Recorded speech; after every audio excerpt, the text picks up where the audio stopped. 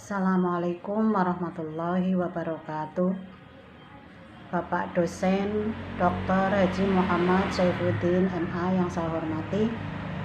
Perkenalkan, nama saya Siti Sotia, nomor urut 40, program studi pendidikan agama Islam kelas A3 Akpa II, jenjang S2, program pasca sarjana Universitas Wahid Hasim Semarang. Saya akan membacakan jawaban ujian akhir semester mata kuliah studi Quran.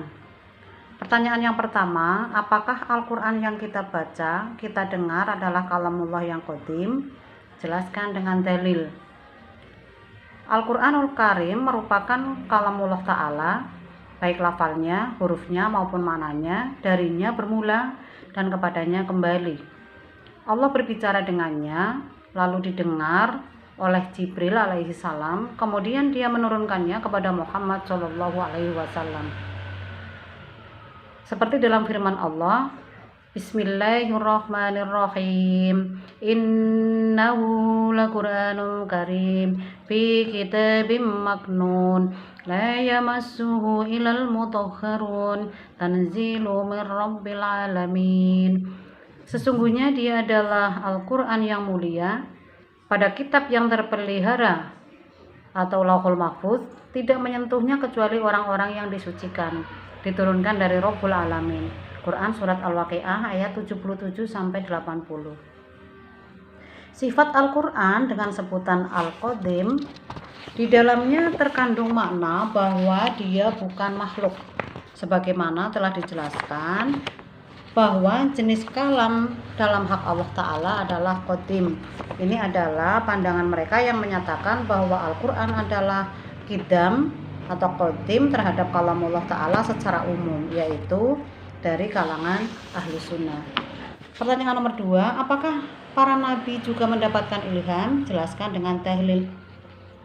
Ilham bagi para nabi dan rasul adalah wahyu, seperti dalam Al-Quran, Bismillahirrahmanirrahim. Wa ma kana li basarin ayyukalimahullahu illa wahyan aw min wara'i hijabin aw yursilu rasula fayuhiya bi'idnihi ma yasha'u innahu aliyyun hakim.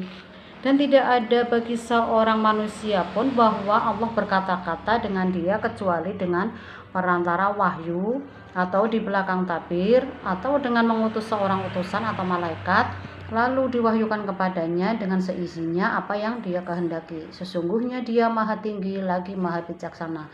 Surat Asy-Syura ayat 51. Mujahid dalam penafsiran ayat di atas berkata, membisikkan di hatinya berupa ilham darinya, sebagaimana diilhamkan kepada Ibu Musa dan Nabi Ibrahim untuk menyembelih putranya. Sebagai wahyu, ilham diterima Rasulullah Shallallahu Alaihi Wasallam dengan perantara malaikat. Bisa juga ilham diterima langsung oleh Rasulullah Shallallahu Alaihi Wasallam tanpa perantara malaikat. Pertanyaan nomor 3, mengapa Al-Quran yang kita baca tidak disusun berdasarkan urutan turunnya?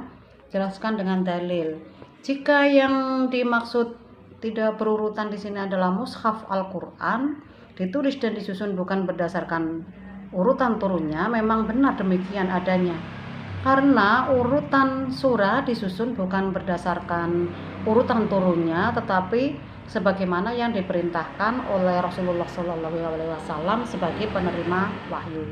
Seperti firman Allah dalam surat Al-Furqan ayat 32. Bismillahirrahmanirrahim. Wa qala alladziina kafaruu laulaa nuzzila 'alaihil qur'aanu jumlatan waahidah kadzalika linutsabbita bihi fu'aadak wa ratalnaahu tartiila. Dan orang-orang kafir berkata, mengapa Al-Quran itu tidak diturunkan kepadanya sekaligus? Demikianlah agar kami memperteguh hatimu Muhammad dengannya, dan kami membacakannya secara tartil, berangsur-angsur, perlahan dan benar. Pertanyaan nomor 4, mengapa Al-Quran disebut mukjizat terbesar? Jelaskan dengan dalil dengan membandingkan mukjizat yang lain. Kalam Allah Subhanahu wa Ta'ala yang diturunkan kepada Nabi sebelumnya seperti Taurat, Injil, dan Zabur bukanlah Al-Quran. Pada kitab-kitab terdahulu semua sudah tidak kelihatan lagi fisiknya kecuali dari kisah riwayatnya saja.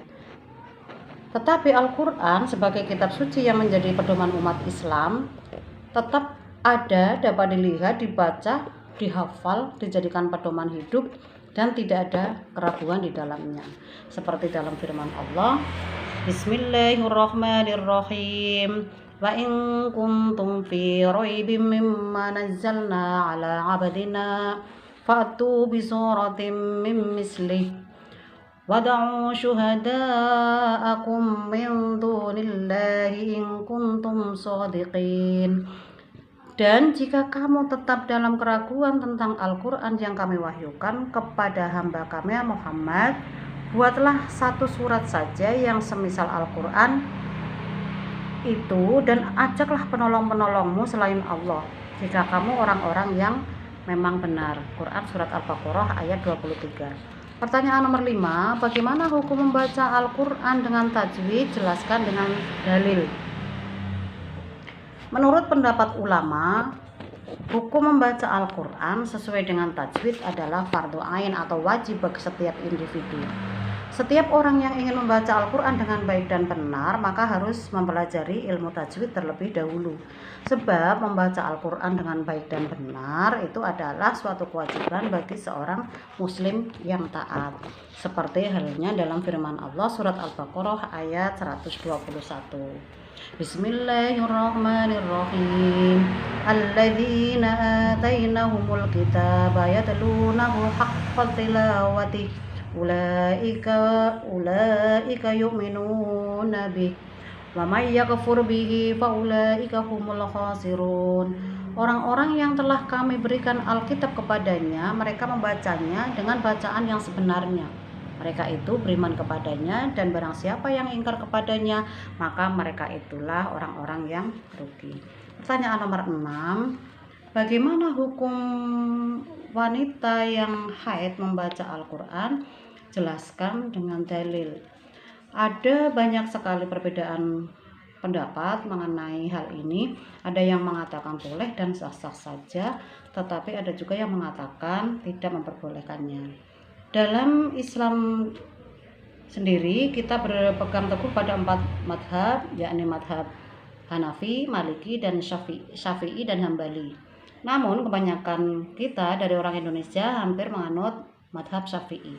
Seperti halnya dari firman Allah, Bismillahirrahmanirrahim. Qul atuhajjunana billahi wa huwa rabbuna wa rabbukum wa lana a'maluna wa lakum a'malukum wa nahnu lahu mukhlisun.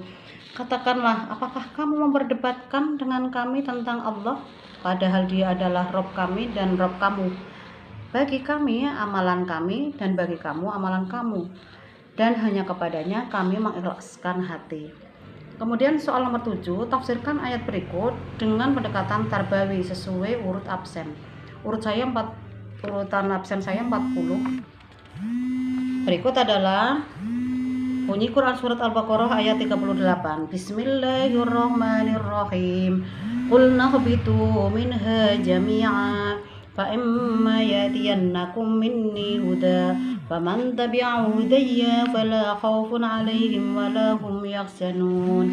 Artinya, kami katakan, turunlah kalian semua dari surga itu. Lalu jika datang petunjukku kepada kalian, maka siapa saja yang mengikuti petunjukku, niscaya tidak ada kekhawatiran atas mereka dan tidak mereka bersedih hati. Surat Al-Baqarah ayat 38. Ragam tafsir di sini. Yang pertama adalah dari Syekh Jalaluddin dalam kitab Tafsirul Jalalain. Pada surat Al-Baqarah ayat 38 mengatakan, mereka semua diperintahkan keluar dari surga. Sedangkan petunjuk Allah yang dimaksud adalah kitab suci dan para rasulnya. Siapa saja yang mengikuti petunjukku lalu beriman mematuhi perintahku, niscaya tidak ada kekhawatiran atas mereka dan tidak mereka bersedih hati. Demikian jawaban dari saya. Apabila ada kurang dan salahnya mohon maaf. Wassalamualaikum warahmatullahi wabarakatuh.